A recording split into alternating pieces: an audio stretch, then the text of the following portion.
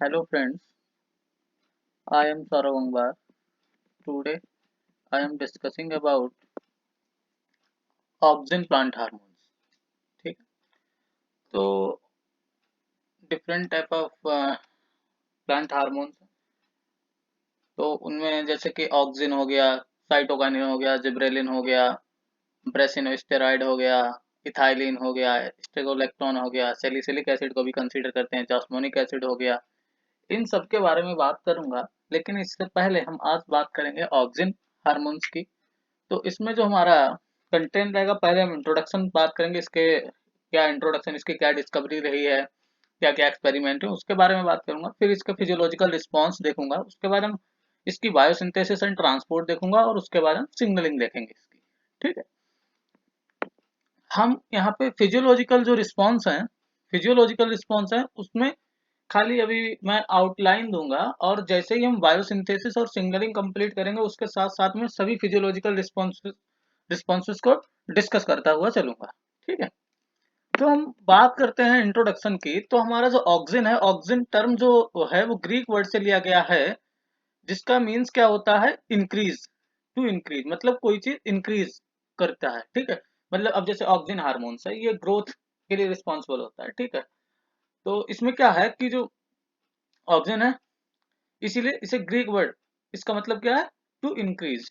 ठीक है, different classical experiment किए गए इसकी डिस्कवरी के लिए। तो पहला एक्सपेरिमेंट किया जो 1981 में चार्ल्स डार्विन ने क्या किया, एक कोलिपटाइल ली, कोलिपटाइल लिया, और उसमें देखा कि जब हम डार्क ग्रोन जो ग्रास है, इस ग्रास का नाम है फेलेरिस कैंदेनेसिस।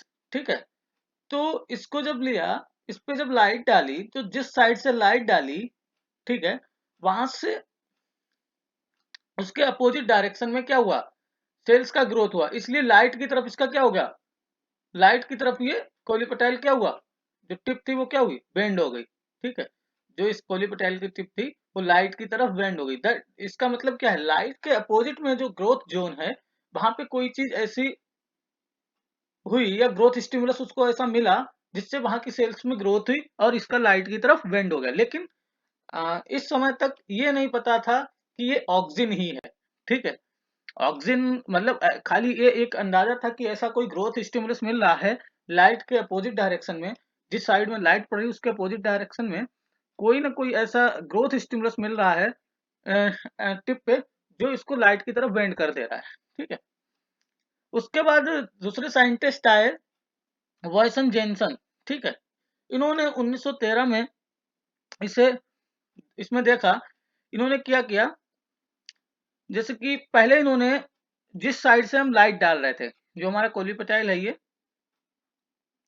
जिस साइड से हम लाइट डाल रहे थे उधर माइका सीट लगा दी। अब ये क्या होती है, इम्परमेबल सीट होती है। ठीक है, जैसे ही इन्होंने इधर माइका सीट लगाई, लेकिन हमारा जो हमने जैसे चार्ल्स डार्विन के जो एक्सपेरिमेंट है उसमें देखा है कि उसके अपोजिट डायरेक्शन में कुछ ना कुछ ऐसा स्टिमुलस मिल रहा है जिससे ये वेंड हो रहा है, जिससे ग्रोथ हो रही है। ठीक है, लेकिन इन्होंने लाइट की तरफ ही माइका सीट पहले लगाई, तो देखा कि वेंड हमको मिला, टिप पे हमें क्या मिला, कोलिपटाइल के टिप पे हमें वेंट देखने को मिला लाइट की तरफ। क्योंकि क्या है, इन्होंने लाइट की तरफ लगाई और हमारी ग्रोथ किधर हो रही है, लाइट के अपोजिट साइड, वहां पे ग्रोथ स्टिमुलस मिला है। फिर उसके बाद उन्होंने सेकेंड सिचुएशन दी। सेकेंड केस में उन्होंने जो माइका सीट थी, माइका सीट को ग्रोथ के अपोजिट डायरेक्शन में लगाया, और यहाँ पे ये माइका सीट को लगाया। ठीक है, ये यहाँ पे जब माइका सीट को इन्होंने लगाया, तो अब लाइट डाली, तो लाइट मतलब जो क्या हुआ, स्टिमुलस नहीं मिल, मतलब जो बेंडिंग थी कोलिपटाइल टिप की, वो बेंडिंग यहाँ पे देखने को नहीं मिली। ठीक है, तो यहाँ पे ये तो प्रूव हुआ कि लाइट के अपोजिट डायरेक्शन में कोई ना कोई ऐसा ग्रोथ स्टिमुलस मिल रहा है जिससे इसकी बेंडिंग हो रही है लाइट की तरफ। ठीक है, इसके बाद पाल आए, पाल ने 1919 में फिर से क्या किया, उन्होंने कोलिपटाइल की जो टिप थी उसको रिमूव कर दिया, टिप को रिमूव किया। टिप रिमूव करने के बाद उन्होंने उसे एसिमेट्रिकली रखा। अब इस टिप को उठा के इस साइड में ये देखो थोड़ा एसिमेट्रिकली यहाँ पे रखा, तो हुआ क्या, बाद में देखा कि ग्रोथ मिली, क्योंकि हमारे टिप से ऑक्सीजन मतलब यहाँ तक ऑक्सीजन मतलब नहीं हुआ था, लेकिन हम टिप से कोई ऐसा ग्रोथ स्टिमुलस आ रहा है जो इसको बेंड करा दे रहा है लाइट की तरफ, ठीक है। तो ये हमारा पाल ने यहाँ पे बताया था। तो यहाँ पे इन्होंने बताया Paal provided evidence that the growth promoting stimulus produced in the tip was chemical in nature. जो टिप में हमारा जो growth stimulus growth promoting stimulus है वो केमिकल नेचर का है, यहाँ पे पाल ने इतना बता दिया था। इसके बाद आए साइंटिस्ट बेंट। बेंट ने 1926 में क्या किया, जो हमारी टिप थी जैसे कोलिपटाइल की टिप थी उनको रिमूव किया और उन्होंने जिलेटिन सीट पर रख दिया। कहाँ रख दिया? जिलेटिन सीट पर रख दिया। देखो जैसे ही इन्होंने इसको जिलेटिन सीट पे रखा और फिर उसके बाद यहाँ से टिप को हटाया और इस जिलेटिन सीट को जो हमने रिमूव की थी टिप उसके ऊपर जब रखा तो क्या हुआ कि यहाँ पे हमको वेंडिंग देखने को मिली, कर्वेचर देखने को मिला, ठीक है। ये क्यों देखने को मिला? क्योंकि जो हमारी टिप से जो हमारा केमिकल था वो जिलेटिन में चला गया। अब जिलेटिन क्या होती है? परमेबल होती है, ठीक है। तो इस जिलेटिन से हमारा फिर से यहाँ पे गया और बेंडिंग देखने को मिली, ठीक है। तो इन्होंने भी यही बताया कि when so that the active growth promoting substance can diffuse into a gelatin block, he also devised a colipetile bending as a for a quantitative oxygen। ठीक, इन्होंने भी यही बताया। आफ्टर दिस जो बायो ऐसे फॉर ऑक्सीजन होते हैं वो दो होते हैं, एक होता है एविना कर्वेचर टेस्ट और दूसरा होता है स्ट्रेट ग्रोथ टेस्ट। इनके तुमको नाम याद रख लेना क्योंकि डायरेक्ट एग्जाम में पूछ लिया जाता है विच बायो ऐसे यूज फॉर ऑक्सीजन, ठीक है। तो ये ध्यान रखना दो नाम है। अगर इनके तुमको मतलब डिटेल चाहिए तो मैं बाद में बता दूंगा डिटेल में। इसके बाद हम बात करते हैं जो केमिकली फर्स्ट आइसोलेट किया गया ऑक्सीजन, वो हमारे किया था हैगन एंड स्मिथ ने। हैगन एंड स्मिथ ने आइसोलेट किया था इसको फर्स्टली, ठीक है। उसके बाद फिर से इन्होंने फर्दर कंफर्म किया बर्गर एंड एवरी ने और हैगन स्मिथ ने फ्रॉम द इमेच्योर मेज कर्नल। जो इमेच्योर मेज कर्नल था उससे इन्होंने इसको कंफर्म किया, ठीक है। तो ये याद रखना कि फर्स्टली आइसोलेट किया किसने किया था इसको, ये क्वेश्चन बन सकता है। तो फर्स्ट आइसोलेट किया था हैगन स्मिथ ने, ठीक है। इसके बाद हम बात करते हैं, देखो जो ऑक्सीजन होते हैं वो नेचुरली अक्रिंग ऑक्सीजन भी होते हैं और सिंथेटिक मतलब बनाए भी जाते हैं। तो नेचुरली अक्रिंग ऑक्सीजन जो है वो चार हैं। नंबर एक आईए इंडोल एसिटिक एसिड, ये पूछ लिए जाते हैं एग्जाम में डायरेक्टली। आईए IBA indole 3 butyric acid, 4 chloro indole 3 acetic acid. तो इसके बाद है एक फिनाइल एसिटिक एसिड। ये चार हैं जो नेचुरली अक्रिंग ऑक्सीजन है, ठीक। और इसके बाद सिंथेटिक ऑक्सीजन की बात करते हैं तो आईपीए इंडोल 3 प्रोपियोनोइक एसिड, ठीक है। और alpha naphthalene acetic acid NaA। फिर उसके बाद 2,4 डाइक्लोरोफिनॉक्सी एसिटिक एसिड 2,4-D तो जानते ही हो बहुत अच्छे से, ये सिंथेटिक है। उसके बाद 2,4,5 ट्राइक्लोरोफिनॉक्सी एसिटिक एसिड, ठीक है। इसके बाद एक डाइकम्बा, ये बहुत इंपॉर्टेंट है, ये भी एक सिंथेटिक ऑक्सीजन है, 2 मिथॉक्सी 3,6 डाइक्लोरोबेंजोइक एसिड, ठीक है। तो ये हमारे जो है सिंथेटिक ऑक्सीजन है और नेचुरली अकरिंग ऑक्सीजन, इनके नाम याद कर लेना। डायरेक्ट एग्जाम में क्वेश्चन पूछ लिया जाता है which one of the following is a synthetic auxin, which one of the following is a naturally occurring auxin, which इस टाइप के क्वेश्चन एग्जाम में डायरेक्टली बनते हैं यहाँ से। इसके बाद हम बात करते हैं जो इसका फिजियोलॉजिकल रिस्पॉन्सेस हैं। फिजियोलॉजिकल रिस्पॉन्सेस में नंबर एक आ जाता है apical dominance, tropism, phyllotaxis, shoot elongation और induction of cambial cell division and root initiation. ये 6 जो इंपॉर्टेंट रिस्पॉन्सेज हैं मैंने यहाँ पे कंसीडर किए हैं ये। इसके बाद जैसे अब हम यहाँ पे बात करेंगे, एक चीज और याद रखना, जो हमारा सूट इलोंगेशन होता है मतलब यहाँ पे ग्रोथ होती है, तो वो जो सूट इलोंगेशन होता है, जो सेल का इलोंगेशन होता है वो बाय द एसिडिफिकेशन रिएक्शन होता है। जब हम बात करते हैं जिब्रेलिन की, वहां पे एसिडिफिकेशन नहीं होता है।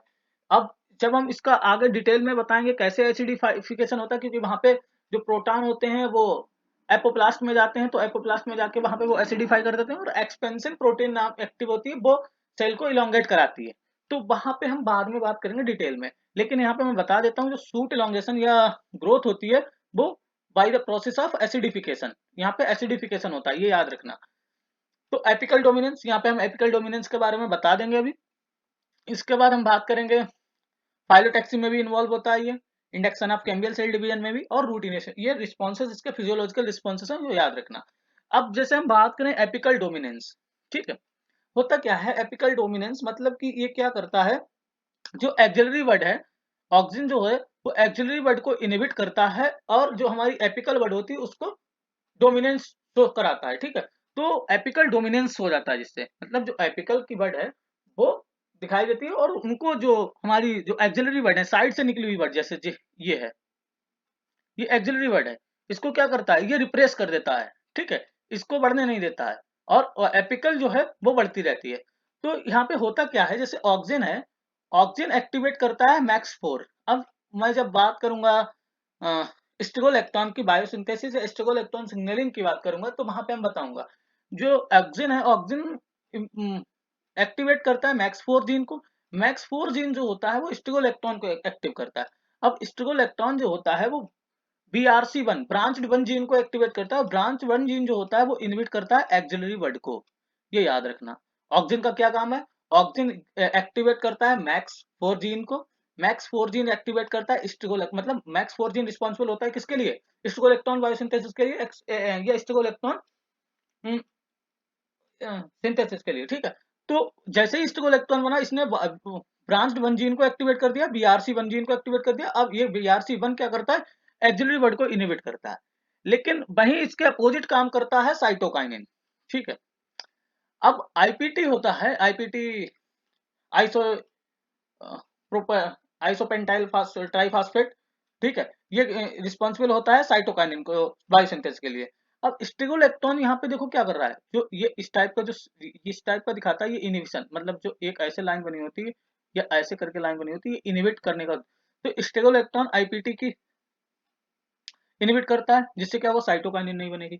अब जस्ट अपोजिट काम होता है साइटोकाइनिन को, साइटोकाइनिन क्या करती है, एक्सिलरी वर्ड को प्रमोट करती है, लेकिन एपिकल वर्ड को रिप्रेस करती है, मतलब एक्सिलरी वर्ड को डोमिनेंट शो कराती है, और जो हमारी एपिकल मेन वर्ड होती है उसको रिप्रेस कराती है।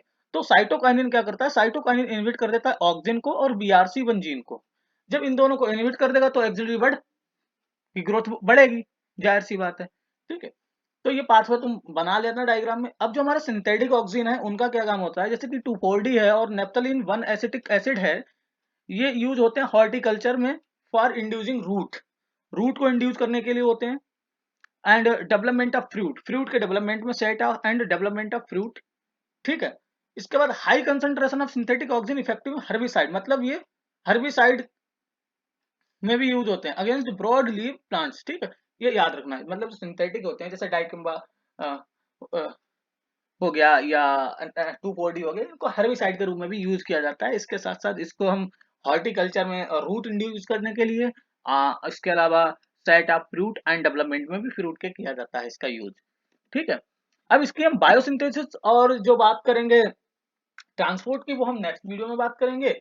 इसके बाद फिर हम सिग्नलिंग की बात कर लेंगे, और जो फिजियोलॉजिकल रिस्पॉन्स जो हमें डिटेल में देखने हैं उन रिस्पॉन्स को भी डिटेल में देख लेंगे। तो please watch and like and subscribe my channel. Thank you friends. अगर कहीं पे भी कुछ भी समझ ना आया हो तो कमेंट बॉक्स में जरूर बताएं, मैं वहां पे पूरा कोशिश करूंगा सही एक्सप्लेन करने का।